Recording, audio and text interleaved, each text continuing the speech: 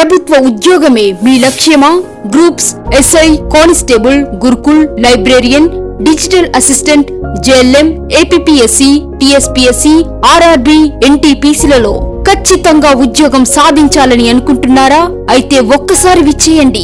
Inspire India academy స్థాపించిన మొదటి సంవత్సరంలోనే అద్భుతమైన ఫలితాలతో ఉద్యోగాలను అందించిన ఏకైక సంస్థ ఇన్స్పైర్ ఇండియా అకాడమీ. ప్రతి విద్యార్థిపై ప్రత్యేక శ్రద్ధ వహిస్తూ ఉద్యోగ లక్ష్యమే ధ్యేయంగా ఎంచుకొని అనుభవజ్ఞులైన అధ్యాపకులచే అతి సులభమైన రీతిలో వివరాత్మకమైన విశ్లేషణతో డైలీ, వీక్లీ గ్రాండ్ టెస్టులు నిర్వహిస్తూ విజయాలను అందిస్తున్న సంస్థ inspire India academy. SI, constable అభ్యర్థుల కోసం ఫిజికల్ తో పాటు ప్రత్యేక శిక్షణా తరగతులు, ఆన్లైన్ మరియు ఆఫ్లైన్ తరగతుల సదుపాయం కలదు. Inspire India academy app Google play store యందు కలదు. ఆఫ్లైన్ కోర్సు తీసుకున్న వారికి ఆన్లైన్ కోర్సు ఉచితంగా లభించును. ఇప్పుడే రిజిస్టర్ అవ్వడం కోసం సంప్రదించండి 6309398306. Director Prashant Varma. Inspire India academy. మా బ్రాంచులు హైదరాబాద్, హన్మకొండలో కలవు. సో ఇక్కడ మనం ఆల్రెడీ డిస్కస్ చేసుకున్నాము. కాకపోతే ఏంటంటే కొంత మళ్ళీ మీకు గుర్తు చేయడం కోసం చెప్పడం జరుగుతుంది. 1600 డిసెంబర్ 31వ తారీఖున east India company, British east India company అనేటువంటిది ఏర్పడింది. తర్వాత 1602వ సంవత్సరం మొట్టమొదటి నౌకాయాత్ర భారతదేశానికి ప్రారంభించబడింది. నౌకాయానం ఏది భారతదేశంతోనూ తూర్పాసియా దేశాలతో వర్తకం చేయడం కోసము మొట్టమొదటి నౌకాయాత్ర అనేది 1602వ సంవత్సరంలో జేమ్స్ లంకెస్టర్ అనేటువంటి ఒక ఈస్ట్ ఇండియా కంపెనీ యొక్క అధికారి ఆధ్వర్యంలో నిర్వహించబడడం జరిగింది. తర్వాత ఇదే 1602వ సంవత్సరంలో హెన్రీ మిడిల్టన్ అనేటువంటి వ్యక్తి యొక్క ఆధ్వర్యంలో రెండవ నౌకాయాత్ర ప్రారంభించబడింది. అయితే ఇక్కడ ఒకటి గుర్తుంచుకోవాల్సిన విషయం ఏంటంటే భారతదేశంలో వర్తక స్థావరాలను ఏర్పాటు చేయడంలో ఈ రెండు నౌకాయాత్రలు విఫలం కావడం జరిగింది. ఎందుకంటే 1602లో ప్రారంభించబడిన ఈ రెండు నౌకలు కూడా మనకు ఇండోనేషియాలోని జావా, తర్వాత సెలిబస్, బాంతోము, ఈ బాడయాన, ఈ యొక్క దీవులు ఏవైతున్నాయో ఈ దీవులకు వెళ్ళిపోవడం అనేటువంటి జరిగింది. అంటే అవి ఇండోనేషియాకు వెళ్ళిపోయినాయి కానీ భారతదేశానికి రాలేదు. 1608వ సంవత్సరంలో మూడవ నౌకాయాత్ర అనేటువంటిది ప్రారంభించబడింది. ఈ మూడవ నౌకాయాత్రకు నాయకత్వం వహించినటువంటి వ్యక్తి ఎవరంటే కెప్టెన్ హాకిన్స్ అనేటువంటి వ్యక్తి. కెప్టెన్ హాకిన్స్ ఉన్నటువంటి బిరుదు ఏంటంటే the captain of the blue sea, అంటే నీలి సముద్రపు నావికుడు అనేటువంటి బిరుదు హాకిన్స్ ఉండడం అనేటువంటి జరిగింది. సో మూడవ నౌకాయాత్రలో కెప్టెన్ హాకిన్స్ సూరత్ను చేరుకోవడం అనేటువంటి జరిగింది. అంటే భారతదేశంలో వ్యాపార సంస్థలను లేదా వర్తక కంపెనీలను ఏర్పాటు చేయడంలో తొలిగా చేరుకున్నటువంటి నౌక 1608వ సంవత్సరంలో కెప్టెన్ హాకిన్స్ యొక్క నాయకత్వంలో ఉన్నటువంటి నౌకాయాత్ర. హాకిన్స్ సూరత్ పట్టణాన్ని చేరుకోవడం జరిగింది. సూరత్ పట్టణం నుండి హాకిన్స్ మొగలాయిల యొక్క ఆస్థానానికి వెళ్ళారు. మొగలాయిలు ఎవరైతున్నారో మొగలాయిల యొక్క ఆస్థానానికి వెళ్ళడం జరుగుతుంది. మరి అప్పుడు భారతదేశాన్ని పరిపాలిస్తున్న మొఘల్ చక్రవర్తి ఎవరు అనంటే ఆయనే వచ్చేసి జహంగీర్ గారు. అప్పుడు భారతదేశాన్ని పరిపాలిస్తున్నటువంటి మొఘల్ చక్రవర్తి జహంగీర్. మన హాకిన్స్ గారు సూరత్ లో వర్తక కంపెనీని ఏర్పాటు చేసుకోవడం కోసము జహంగీర్ యొక్క ఆస్థానానికి వెళ్తారు. జహంగీర్ యొక్క ఆస్థానానికి వెళ్ళి తన యొక్క అభిప్రాయాన్ని తెలియజేయడం జరుగుతుంది.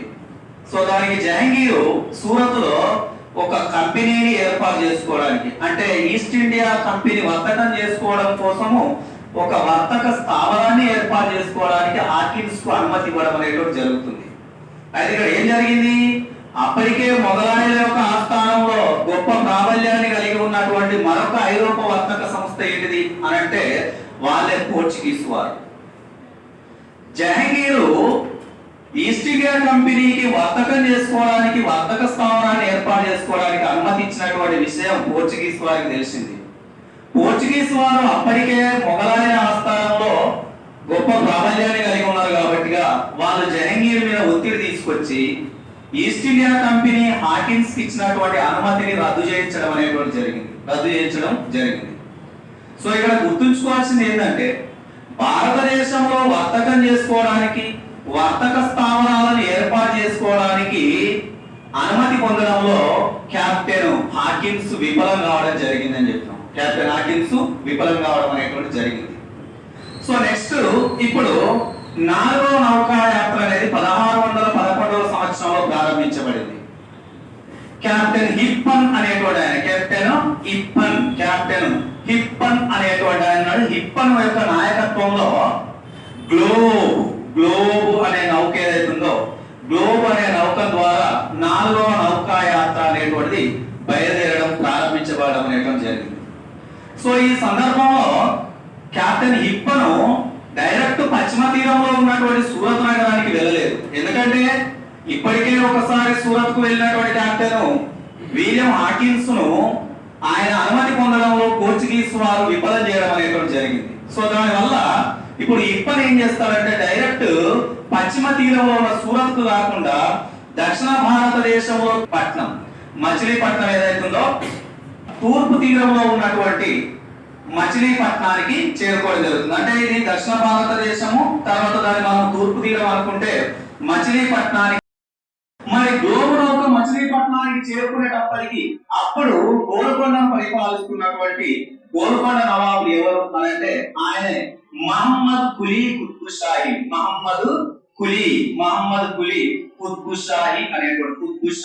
అనేటువంటి ఆయన. ఈయనండి కుతుబ్ షా, మహమ్మద్ కులీ కుతుబ్ షా. మీ అందరికీ తెలుసు హైదరాబాదు నగరంలో చార్మినార్ అనేటువంటి గొప్ప కట్టడాన్ని నిర్మించినటువంటి వ్యక్తి మహమ్మద్ కులీ కుతుబ్ షాహీ అనేటువంటి. సో ఇప్పుడు కెప్టెన్ హిప్పను మచిలీపట్నంలో వర్తక స్థావరాన్ని ఏర్పాటు చేసుకోవడం కోసము మరి అనుమతి తీసుకోవాలి. ఎవరి దగ్గర అంటే గోల్కొండ సుల్తాన్ అయినటువంటి మహమ్మద్ కులీ కుతుబ్ షాహీ వద్ద. సో కెప్టెన్ హిప్పను కులీ కుతుబ్ షాహీ వద్దకు వెళ్ళినప్పుడు మచిలీపట్నంలో బ్రిటిష్ వారు ఒక వర్తక స్థావరాన్ని ఏర్పాటు చేసుకోవడానికి, మచిలీపట్నం గోల్కొండ రాజ్యంలో వస్త్రాల వ్యాపారం చేసుకోవడానికి, దానితో పాటుగా ఇంకోటి ఇక వజ్రాలు ఇంకా ఇతరత్ర వ్యాపారాలు చేసుకోవడానికి ఈస్ట్ ఇండియా కంపెనీకి మహమ్మద్ కులీ కుతుబ్ షాహీ అనుమతి కూడా జరుగుతుంది. సో ఇక్కడ మీరు గుర్తుంచుకోవాల్సినటువంటి అంశాలు ఏంటి అంటే భారతదేశంలో, అందులో దక్షిణ భారతదేశంలో ఈస్ట్ ఇండియా కంపెనీ యొక్క మొట్టమొదటి వర్తక కేంద్రం స్థాపించబడినటువంటి ప్రాంతం ఏది అంటే మచిలీపట్నం. బాగా గుర్తుంచుకోండి. ఈస్ట్ ఇండియా కంపెనీ తన యొక్క మొట్టమొదటి వర్తక కేంద్రాన్ని దక్షిణ భారతదేశంలో ఎక్కడ నిర్మించుకున్నారు, ఏర్పాటు చేసుకున్నారు అంటే మచిలీపట్నం. మరి మచిలీపట్నంలో వర్తక కేంద్రాన్ని ఏర్పాటు చేసుకోవడానికి ఈస్ట్ ఇండియా కంపెనీకి అనుమతి ఇచ్చినటువంటి అప్పటి గోల్కొండ సుల్తాన్ ఎవరు అంటే మహమ్మద్ కులీ కుతుబ్ షాహీ. దక్షిణ భారతదేశంలో మచిలీపట్నంలో వర్తక స్థావరాన్ని ఏర్పాటు చేసుకోవడానికి అనుమతి పొందినటువంటి ఈస్ట్ ఇండియా కంపెనీ యొక్క వర్తకుడు ఎవరు అంటే కెప్టెన్ హిప్పన్ అనేటువంటి ఆయన. కెప్టెన్ హిప్పన్ ప్రయాణించినటువంటి నౌక పేరు ఏమిటి అంటే గ్లోబ్ అనేటువంటి నౌక. ఈస్ట్ ఇండియా కంపెనీ యొక్క 4వ నౌకాయాత్ర ఎప్పుడు ప్రారంభించబడింది అంటే 1611వ సంవత్సరం. ఈస్ట్ ఇండియా కంపెనీ యొక్క 4వ నౌకాయాత్ర గ్లోబ్ అనే నౌక ఏ ప్రాంతానికి చేరుకున్నది అంటే మచిలీపట్నానికి చేరుకోవడం జరుగుతుంది. సో క్వశ్చన్స్ ఇలానే అడుగుతారు, ఇంతకు మించి ఎక్కువగా అడిగేటువంటి అవకాశం లేదు. ఇక నెక్స్ట్ 1615వ సంవత్సరం. అయితే ఇప్పుడు అప్పటి ఇంగ్లాండ్ రాజు అయినటువంటి రెండవ జేమ్స్ ఇప్పుడు భారతదేశంలోని ఏ ప్రాంతంలోనైనా వర్తక స్థావరాలు ఏర్పాటు చేసుకోవడానికి, భారతదేశంలోని ఏ ప్రాంతంలోనైనా వర్తకం చేసుకోవడం కోసం, వర్తక స్థావరాన్ని ఏర్పాటు చేసుకోవడానికి, వర్తకం చేసుకోవడానికి అనుమతి పొందడానికి తన యొక్క అనుచరుడైనటువంటి సర్ థామస్ రో అనేటువంటి వారిని తన యొక్క అనుచరుడుగా భారతదేశానికి పంపించడం అనేటువంటి జరుగుతుంది. సో బాగా గుర్తుంచుకోండి, 1615వ సంవత్సరము సర్ థామస్ రో అనేటువంటి వ్యక్తి, అప్పటి ఇంగ్లాండ్ రెండవ జేమ్స్ యొక్క అనుచరుడు సర్ థామస్ రో. భారతదేశంలోని ఏ ప్రాంతంలోనైనా వర్తక స్థావరాన్ని ఏర్పాటు చేసుకోవడం కోసం, భారతదేశంలోని ఏ ప్రాంతంలోనైనా వ్యాపారం చేసుకోవడానికి అనుమతులు పొందడానికి మొఘల్ చక్రవర్తి నుండి అనుమతి తీసుకోవడానికి తన అనుచరులుగా సర్ థామస్ రోను పంపించడం అనేటువంటి జరిగింది. బాబు ఇక్కడ గుర్తుంచుకోండి, 1617లో సర్ థామస్ రో భారతదేశానికి వచ్చాడు. 1619 వరకు కూడా ఈయన భారతదేశంలోనే ఉండడం జరుగుతుంది. 1617 నుండి 1619 వరకు సర్ థామస్ రో భారతదేశంలో ఉంటారు. ఈయన ఏమంటారంటే యుద్ధం వ్యాపారం రెండు ఒకే చోట సహజీవనం చేయలేవు అని అంటారు. అంటే ఒకవేళ జరిగితే యుద్ధమైనా జరగాలి, లేదంటే వ్యాపారమైన చేయాలి, అంతేగాని యుద్ధం వ్యాపారం రెండు కూడా ఒకే చోట సహజీవనం చేయలేవు అని పేర్కొన్నటువంటి ఈస్ట్ ఇండియా కంపెనీ యొక్క వర్తకులు ఎవరు అంటే సర్ థామస్ రో. చాలా తెలివైనటువంటి వారు, అనేక రకాలైనటువంటి ఒప్పందాలను కుదిర్చడంలో గొప్ప నైపుణ్యం కలిగినటువంటి వ్యక్తి సర్ థామస్ రో అనేటువంటి ఆయన. సో ఇప్పుడు సర్ థామస్ రో భారతదేశానికి వచ్చారు.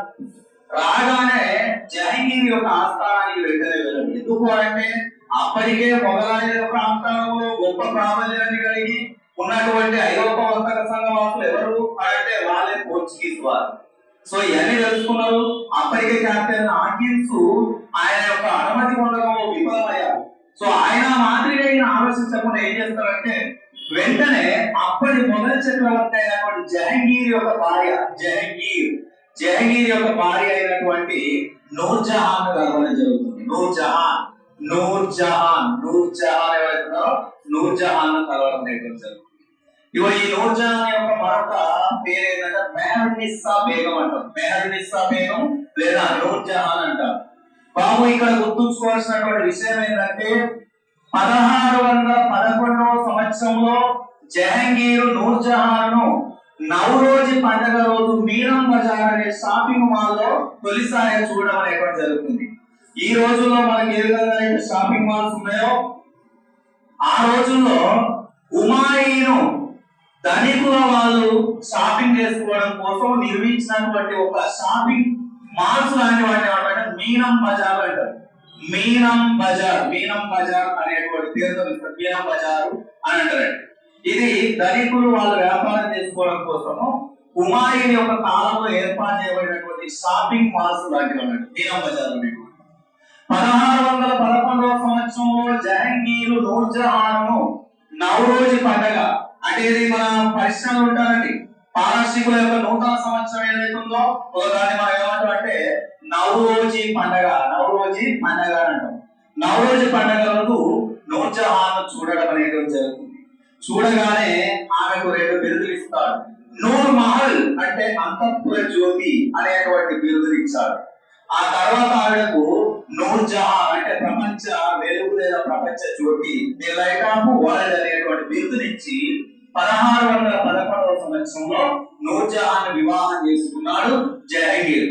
నూర్జహాన్ యొక్క సోదరుడు ఎవరైతున్నారో ఆయన పేరే అసఫ్ ఖాన్ అంటారు. అసఫ్ ఖాన్ నూర్జహాన్ యొక్క సోదరుడు అసఫ్ ఖాన్ అనేటువంటి ఆయన. సో ఇక్కడ బాగా గుర్తుంచుకోండి. ఆ తర్వాత నూర్జహాన్ జహంగీర్ యొక్క జీవితంలో చాలా గొప్పదైనటువంటి ప్రభావాన్ని చూపడం జరుగుతుంది. ఆ తర్వాత కొంతకాలం పాటు జహంగీర్ పక్కన పెట్టి ఆవిడ జుంటా పరిపాలన కొనసాగించడం జరుగుతుంది. జుంటా పాలన అంటే ఏంటి అంటే ముస్లిము రాజకన్యలు లేదా ముస్లిము రాజా స్త్రీలు ఎవరైతున్నారో రాణులు ఎవరైతున్నారో వాళ్ళు రాజులను పక్కన పెట్టి వాళ్ళ యొక్క ఉనికిని చాటుతూ చేసే పరిపాలన ఏదైతుందో దాన్ని మనం ఏమంటే జుంటా పాలన లేదా పరదా పద్ధతి అనేటువంటి పరదా పాలన అనేటువంటి పేరుతో పిలవడం జరుగుతుంది. సో అది అలా పక్కన పెట్టండి. ఇప్పుడు భారతదేశంలో వర్తక వ్యాపార అనుమతులను పొందడం కోసము సర్ థామస్ రో మొదట ఎవరిని కలిశాడు? నూర్జహాన్ కలిశాడు. నూర్జహాన్ కు కొన్ని బహుమతులు లంచాలు పడిస్తాడు. తర్వాత నూర్జహాన్ యొక్క సోదరుడైనటువంటి అసఫ్ ఖాన్ కలిశాడు. అసఫ్ ఖాన్ కు కొన్ని లంచాలు చెప్పి వీళ్ళ ఇద్దరి ద్వారా జహంగీర్ వద్ద నుండి సర్ థామస్ రో అనుమతి పత్రాలను ఇప్పించుకోవడం అనేటువంటి జరుగుతున్నాడు. ఏ రోజైతే జహంగీర్ ఈస్ట్ ఇండియా కంపెనీ యొక్క వర్తక వ్యాపార కేంద్రాల స్థాపన కోసము అనుమతి పత్రాలపైన సంతకం చేశాడో ఆ రోజే భారతదేశానికి ఒక కాలరాత్రి ప్రారంభం కావడం జరిగింది. భారతదేశం ఆ రోజే బానిసత్వంలోనికి నెట్టబడింది అని భావించబడుతుంది. సో ఈ విధంగా 1615వ సంవత్సరంలో సర్ థామస్ లో జహంగీర్ వద్ద నుండి నూర్జహాన్ అసఫ్ యొక్క సహాయంతో అనుమతి పొందడం అనేటువంటి జరిగింది. సో ఈ విధంగా భారతదేశంలోని ఏ ప్రాంతంలోనైనా వర్తకం నిర్వహించడానికి, భారతదేశంలోని ఏ ప్రాంతంలోనైనా వ్యాపార కేంద్రాలు, వర్తక కేంద్రాలను ఏర్పాటు చేసుకునేటువంటి అనుమతి సాధించడంలో సర్ థామస్ లో విజయం సాధించడం జరిగింది. జహంగీర్ యొక్క అలవాట్లను వివరిస్తూ సర్ థామస్ లో రాసినటువంటి గ్రంథం ఏది అంటే దినచర్య అనేటువంటి గ్రంథం. దినచర్య ఇందులో జహంగీర్కు సంబంధించినటువంటి కొన్ని విషయాలను సర్ థామస్ లో ఇందులో వివరించడం అనేటువంటి జరిగింది. జహంగీర్ యొక్క అలవాట్లు, ఆయన యొక్క వ్యక్తిత్వాన్ని గురించి సర్ థామస్ లో రాసినటువంటి గ్రంథమే దినచర్య అనేటువంటి గ్రంథం. సో ఈ విధంగా 1615వ సంవత్సరంలో ఇంకా వర్తక వ్యాపార కేంద్రాల యొక్క నిర్వహణ కోసము సర్ థామస్ లో అనుమతి పొందారు. నెక్స్ట్ 1619వ సంవత్సరం 1619వ సంవత్సరంలో బ్రిటిష్ వారు హూగ్లీ అనేటువంటి ప్రాంతంలోను, ఆ తర్వాత అహ్మదాబాద్ ప్రాంతాలు ఏవైతున్నాయో ఈ ప్రాంతాలలో వాళ్ళ వర్తక స్థావరాలను ఏర్పాటు చేసుకోవడం జరిగింది. నెక్స్ట్ 1621వ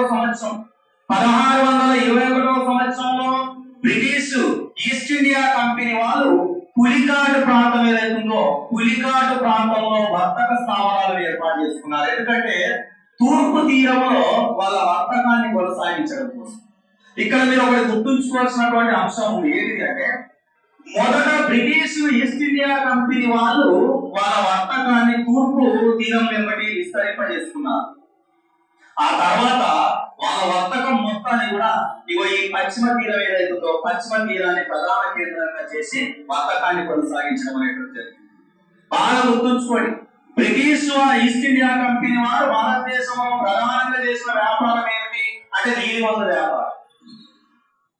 భారతదేశంలో బ్రిటిష్ ఈస్ట్ ఇండియా కంపెనీ ప్రధానంగా ఏ తీరం వెంట వాళ్ళ యొక్క వర్తకాన్ని కొనసాగించిందంటే పశ్చిమ తీరం, అంటే పశ్చిమ భారతదేశంలోనే వాళ్ళ వర్తకం మొత్తం కూడా కేంద్రీకృతమై ఉండడం అనేటువంటి. సో ఈ విధంగా 1621వ సంవత్సరంలో పులికాటులో ఒక వర్తక స్థావరాన్ని ఏర్పాటు చేసుకోవడం జరుగుతుంది. పులికాటులో వర్తక స్థావరాన్ని ఏర్పాటు చేసుకుంటారు.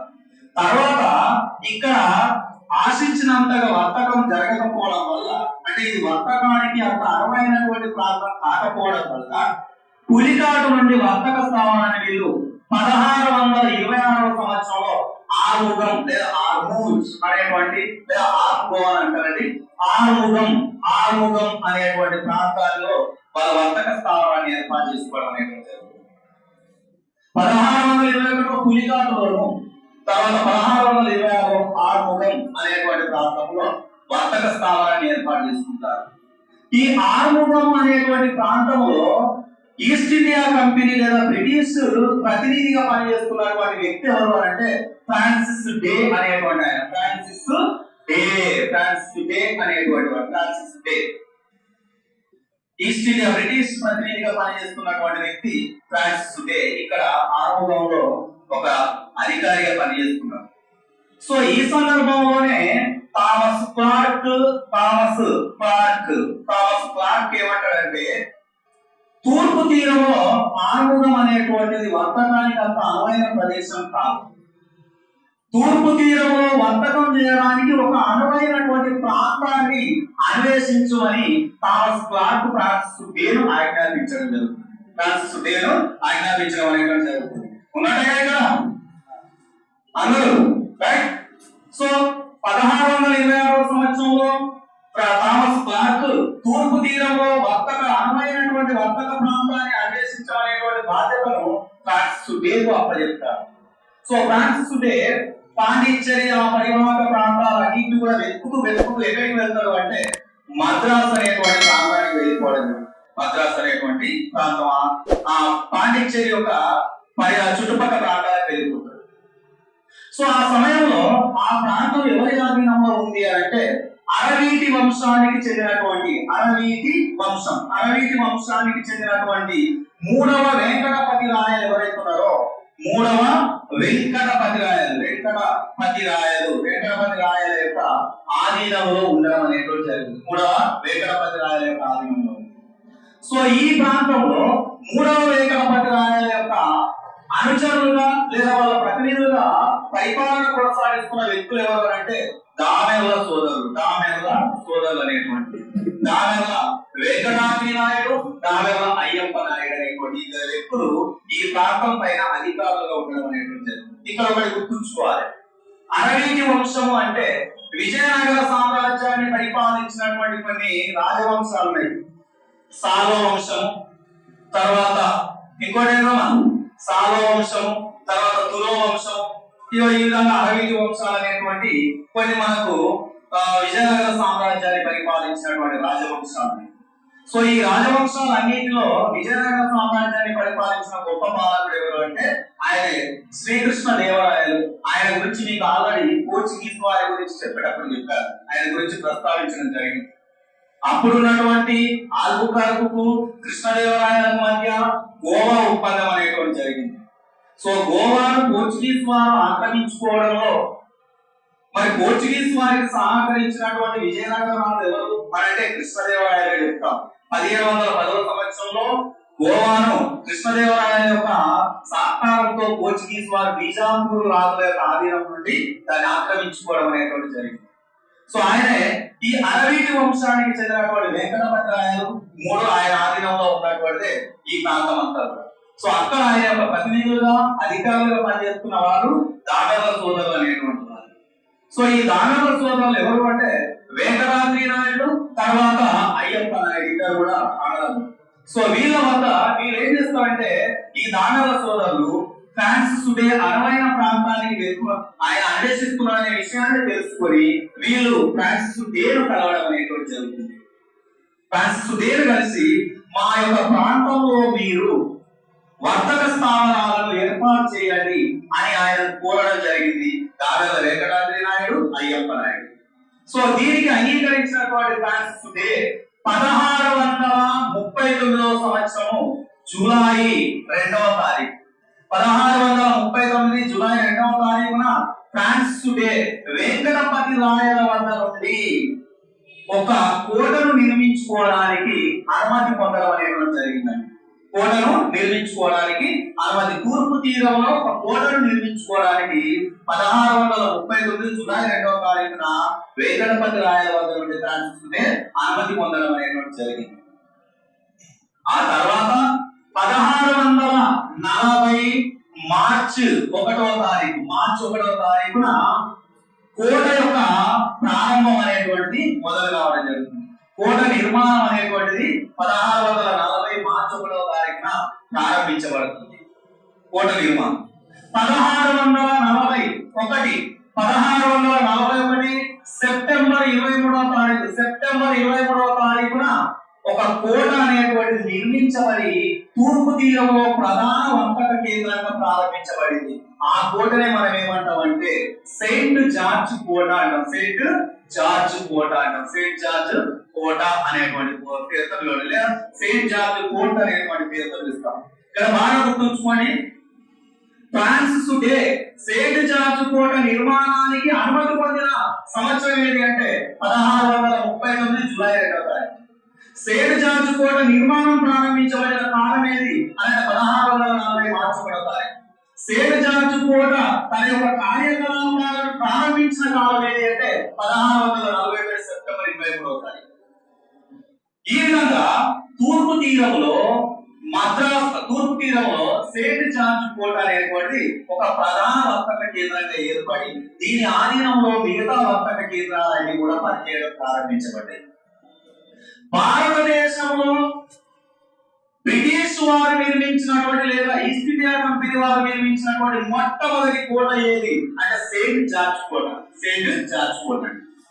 ఈ సెయింట్ జార్జ్ కోట చుట్టూ పరివాహక ప్రాంతంలో ఒక నగరం అనేటువంటిది ఏర్పడింది. సో ఆ నగరాన్ని మనం ఏమంటామంటే మద్రాస్ అనేటువంటి పేరుతో పిలుస్తాం. అయితే ఇక్కడ ఒకటి గమనించాలి, మనకు ఇక్కడ కోట నిర్మాణాన్ని పొందడంలో అంటే అనుమతి పొందడంలో ఫ్రాన్సిస్ బేకు సహకరించినటువంటి వ్యక్తులు ఎవరంటే దానవ సోదరులు వెంకటాద్రి నాయుడు, అయ్యప్ప నాయుడు. వీళ్ళు వెంకటపతి నాయన వద్ద నుండి అనుమతి ఇప్పించడంలో సహాయం చేసింది కాబట్టిగా ఫ్రాన్సిస్ డే వీళ్ళ యొక్క తండ్రి అయినటువంటి చెన్నప్ప నాయుడు యొక్క పేరు మీదుగా ఈ కోట పరివాహక ప్రాంతంలో ఏర్పడినటువంటి నగరానికి చెన్నపట్నం అని పేరు పెట్టడం జరిగింది. అర్థమైందా? దానవ సోదరుల యొక్క తండ్రి గారి పేరు చెన్నప్ప నాయుడు యొక్క పేరు మీదుగానే చెన్నపట్నం అనేటువంటి పేరు రావడం జరిగింది. ఆ చెన్నపట్నమే తర్వాత మద్రాస్ గాను చెన్నై గాను పిలువబడుతుంది. ఓకేనా? సో ఈ విధంగా 1641 సెప్టెంబర్ 23 నుండి సెయింట్ జార్జ్ కోట యొక్క కేంద్రంగా తూర్పు తీరంలో ఈస్ట్ ఇండియా కంపెనీ యొక్క వర్తక కార్యకలాపాలు కొనసాగడం జరుగుతుంది. సో ఇది మనకు 1641 వరకు జరిగినటువంటి సంఘటన. మరి ఇప్పుడు భారతదేశంలో నిర్మించబడినటువంటి కోటలు ఏమిటి అనేటువంటి కావాలి. భారతదేశంలో మనకు ప్రధానంగా 3 కోటలు కనబడతాయి. ఒకటి సెయింట్ జార్జ్ కోట, తర్వాత మరొకటి ఏంటంటే ఫోర్ట్ విలియం అనేటువంటి, మరొకటి వచ్చేసేమో సెయింట్ డేవిస్ కోట అనేటువంటి. చూద్దాం. సెయింట్ జార్జ్ కోట నిర్మించింది ఎవరంటే ఫ్రాన్సిస్ డే అతని యొక్క అనుచరుడైనటువంటి కొగన్ అనేటువంటి ఆయన. కొగన్ తర్వాత ఫ్రాన్సిస్ డే వీళ్ళిద్దరు కలిసి సెయింట్ జార్జ్ కోట నిర్మించారు. దీని యొక్క నిర్మాతలు ఎవరు అంటే వీళ్ళు. ఇక ఫోర్ట్ విలియం యొక్క నిర్మాతలు ఎవరు అంటే జాబు చానక్ అనేటువంటి ఆయన. జాబు చానక్ అనేటువంటి ఆయన. ఇది కలకత్తాలో నిర్మించబడింది. అయితే ఇక్కడ ఒకటి గుర్తుంచుకోవాలి, ఫోర్ట్ విలియం నిర్మించినప్పుడు అనేకమైనటువంటి అవాంతరాలు తలెత్తాయి. అంటే దాన్ని నిర్మించకూడదు అని చాలా మంది అక్కడ అడ్డుకోవడం అనేటువంటి జరిగింది.